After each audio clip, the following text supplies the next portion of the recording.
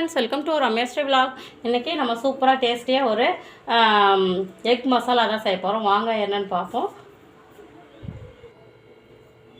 நல்லா செம்ம டேஸ்டியாக நல்லா காரஞ்சாரமாக சூப்பராக செம்ம டேஸ்டியாக இருக்கும். சூப்பரான எக் மசாலா செய்ய போகிறோம். வாங்க என்ன செய்கிறோன்னு பார்ப்போம், எப்படி செய்கிறோன்னு பார்ப்போம். எல்லாம் நம்ம வீடியோக்குள்ளே போகிறதுக்கு முன்னாடி நம்ம சேனலுக்கு சப்ஸ்கிரைப் பண்ணுங்கள்.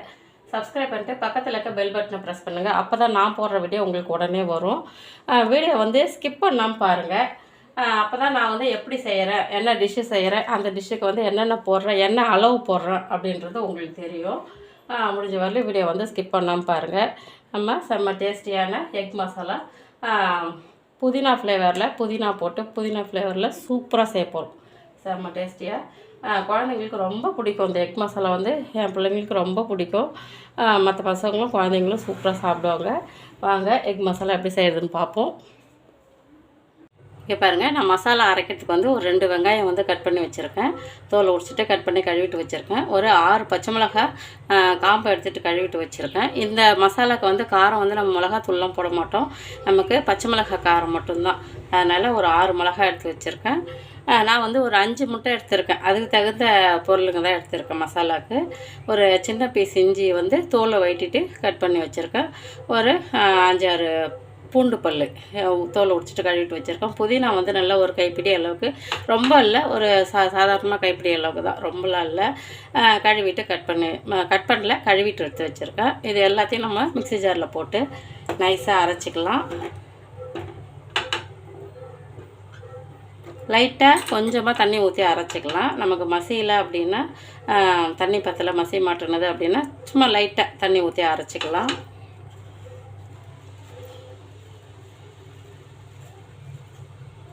நல்லா மசித்து நல்லா மழைன்னு மசியணும். லைட்டாக தண்ணி ஊற்றி அரைச்சிட்டு வந்துட்டு அப்புறம் பார்க்கலாம். இங்கே பாருங்கள், சூப்பராக மசாலா அரைச்சிட்டு வந்துட்டு நல்லா நைஸாக அரைச்சிக்கணும். கொஞ்சமாக தண்ணி ஊற்றி அரைச்சிட்டேன். தண்ணி வேணானாலும் அது வெங்காயத்தில் இருக்க தண்ணியே நமக்கு ஈரப்பதம் வரும். போதும், அரைச்சிட்டேன். இங்கே பாருங்கள், நான் ஸ்டவ்வில் ஒரு கடாய் வச்சுருக்கேன். அதில் எண்ணெய் ஊற்றிக்கலாம். எண்ணெய் ஒரு 2 ஸ்பூன் அளவுக்கு.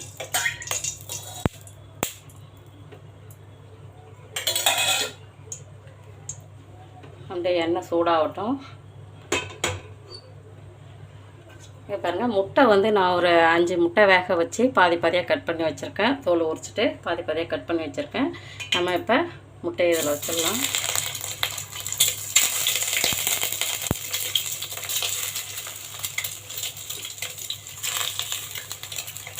லைட்டாக அப்படியே வறுத்து தான் எடுக்க போகிறோம்.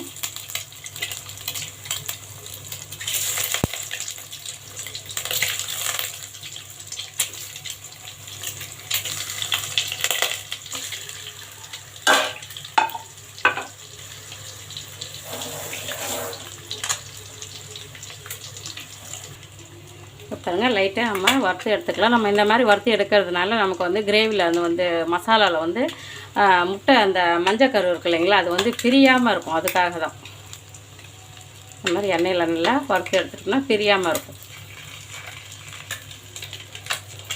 லைட்டாக ஒரு 2 நிமிஷம் வச்சு எடுத்துட்டோம்னா போதும்.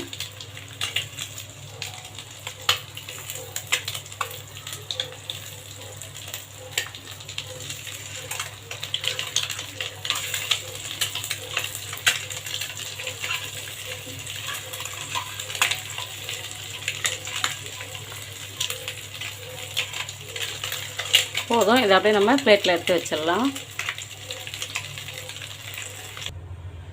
இப்போது அதே கடாயில் எண்ணெய் ஊற்றிக்கலாம்.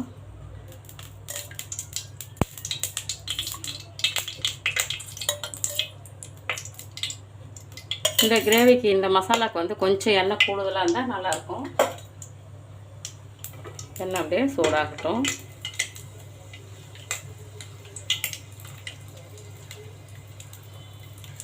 எண்ணெய் சூடானதுக்கப்புறம் கருவேப்பிலை கொஞ்சமாக கழுவிட்டு கிள்ளி வச்சுருக்கேன், அதை போட்டுடலாம்.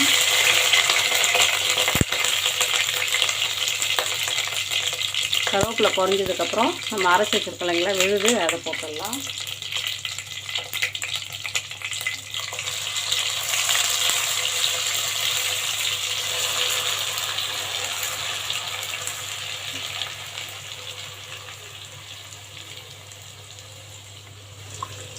நல்லா மிக்சியில் இருக்கிறத வச்சு கடாயில் போட்டுடலாம்.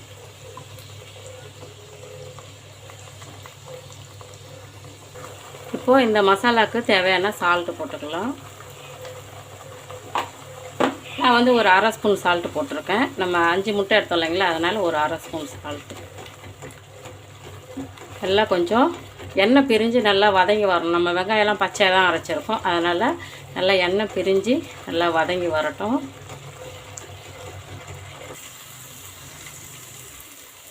இங்கே பாருங்கள், நல்லா வதங்கி எண்ணெய் பிரிஞ்சு வருது. இந்த அளவுக்கு வதக்கிக்கணும். நல்லா அந்த புதினா ஃப்ளேவர் வந்து நல்ல வாசனை கம்மன்னு ரொம்ப டேஸ்ட்டாக இருக்கும். அந்த முட்டை மசாலா வந்து டேஸ்ட்டாக இருக்கும். இப்போது இந்த மாதிரி அகலமாக நம்ம எல்லாத்தையும் தள்ளி விட்டுடலாம்.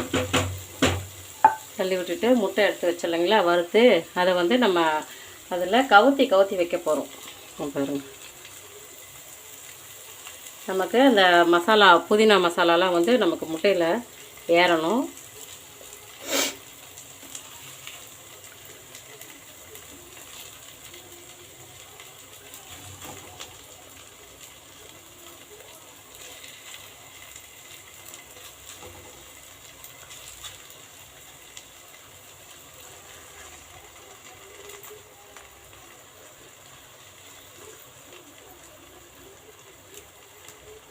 அப்படியே கொஞ்சம் நேரம் விட்டுடலாம். உடனே நம்ம திருப்பக்கூடாது. அப்படியே கொஞ்ச நேரம் விட்டுட்டா அந்த மசாலாலாம் நமக்கு முட்டையில் நல்லா ஏறி நல்லா உப்பு காரம் அந்த மசாலாலாம் சூப்பராக இருக்கும். இப்போது லைட்டாக அப்படியே திருப்பி விட்டுடலாம். அந்த மசாலாவோட அப்படியே திருப்பி விடணும். பாருங்கள், அந்த மசாலா அழகாக நமக்கு முட்டையிலே ஒட்டி இருக்குது. சாப்பிடும்போது அவ்வளோ டேஸ்ட்டாக இருக்கும்.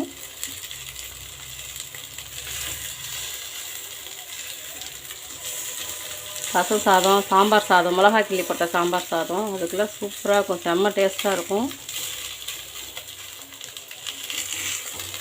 நல்லா அப்படி ஒரு அரோமா வாசனை கம்மன்னு வருது.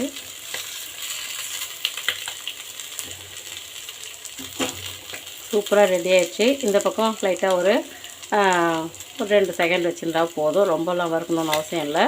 சூப்பராக நமக்கு புதினா முட்டை மசாலா ரெடி ஆகிடுச்சு. இந்த மாதிரி செஞ்சு சாப்பிட்டு என்ஜாய் பண்ணுங்கள். செம்ம டேஸ்ட்டாக இருக்கும். குழந்தைங்களுக்கு ரொம்ப பிடிக்கும். இந்த மாதிரி செஞ்சு சாப்பிட்டு என்ஜாய் பண்ணுங்கள். இந்த வீடியோ உங்களுக்கு பிடிச்சிருந்தா லைக் பண்ணுங்கள், ஷேர் பண்ணுங்கள், சப்ஸ்கிரைப் பண்ணுங்கள். தேங்க்யூ.